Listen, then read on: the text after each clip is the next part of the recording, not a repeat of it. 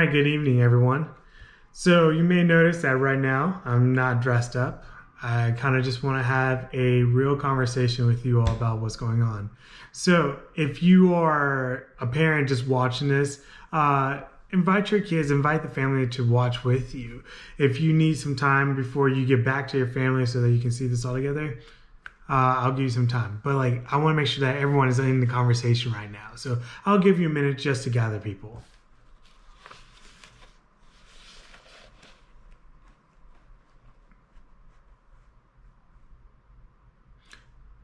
All right. Hey, everyone. Hope that you're doing very well. Before we get started, I wanted to read from a verse in the Bible that really means a lot to me. It comes from 2 Timothy chapter 1, verse 7. And it goes like this. For the Spirit God gave us does not make us timid, but gives us power, love, and self-discipline. With everything that's going on in our country right now, I wanted to talk to you about it.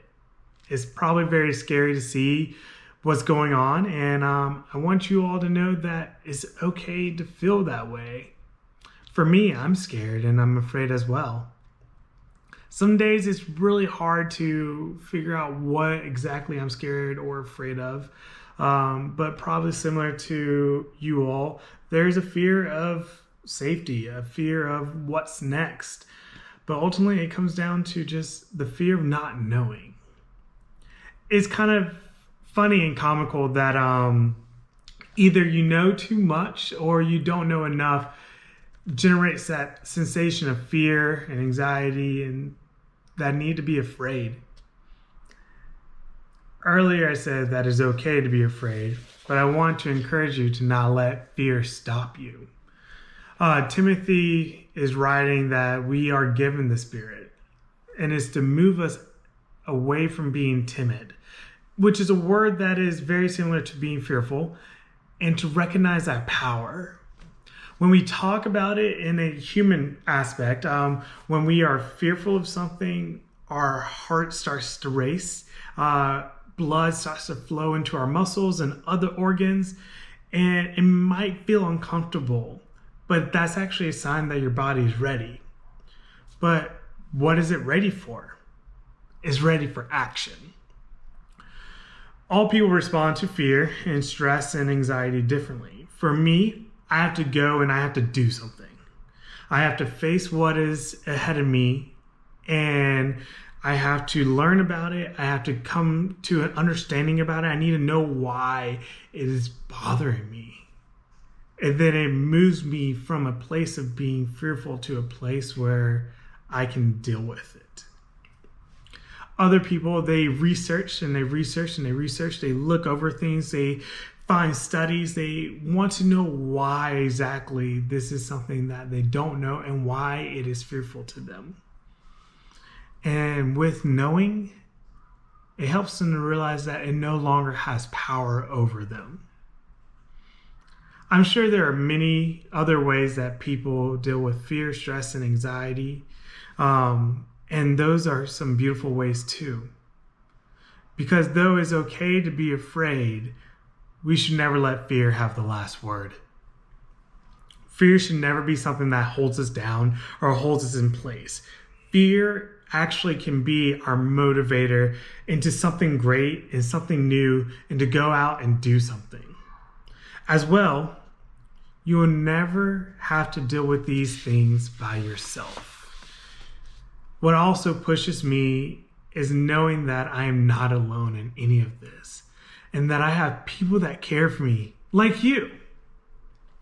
As well as you have me, you have the pastors of the church, you have many members at Central that will be there for you to help, to support, to love, encourage, and protect you. You are not alone in being afraid. I'm afraid too. But wherever you choose to go, know that you won't be alone and you will always be cared for. Thank you for this time. Now, time to hear for our news.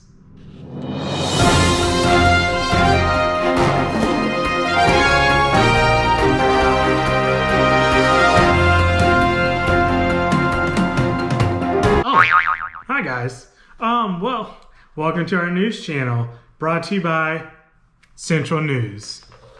So we're going to start having a news segment on our news broadcast, and I need your help with it. A couple of things. Well, I want to know what's going on in your lives during the summer. I'm sure that there are some pretty active things going on. So if you could take pictures or videos and send it to me, we'll start having news segments about some of the things that y'all are doing so that everyone can be connected to each other. Also, parents, remember that our family registry is still ongoing. The goal is to try to get it done before the end of June, which is coming up soon. Please click on the link later on in the email so that we can get your family registered so that we have all the contact information that we need. Families, are you looking for resources on what to do with all this stuff? Well, I have a few things for you. If you look in the email, we have a PDF that talks about 10 tips of talking to children and their kids about race. And then as well, we have 17 resources for families about anti-racism. A book that I've been reading recently is the ABCs of Diversity, helping kids and ourselves explore our differences. So far, it's really awesome, and it has a lot of interesting facts and other things that we can look into so that we can help equip our kids to love each other's differences and to celebrate those differences. So please, I encourage you to take a look at those things, and if there's anything that you have, feel free to send them my way as well. Parents, it's that time of week again. Thursday, 8:30 tonight is going down. We have our parent social hour, a place where you can just put the kids to bed or allow them to be on their Netflix and Hulu and Disney Plus. Trust me, I just got that recently.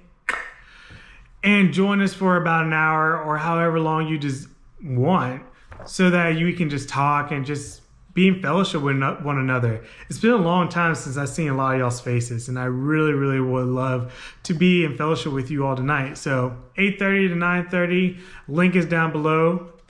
Hope to see you there. As well, I need some help with our story times. If you are a professional reader of children's stories, aka if you have kids that you read nighttime stories to, I need your help. If you can send me a video of you reading a children's story so that I can post it up, that would be a lot of help. All right, it is still June and we still have some birthdays to celebrate. James Wood turned 5 years old on June 3rd, while Julia Ash turned 7 on June 7th.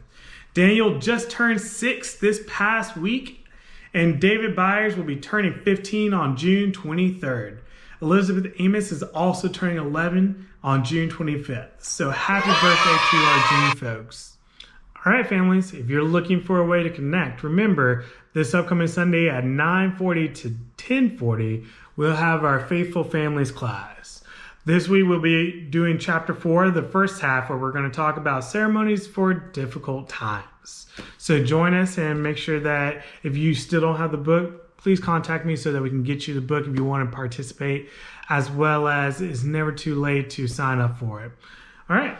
And then other times that we are connecting for our pre-youth group for our rising 4th, 5th, and 6th graders. That is on Sunday night at 5 to 5:30. We hope to see you there. All right, and that's the end of our news broadcast for the evening.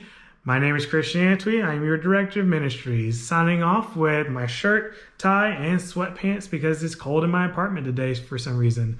Well, remember, you are loved and that we care for you very much. Hope to see you soon. Bye.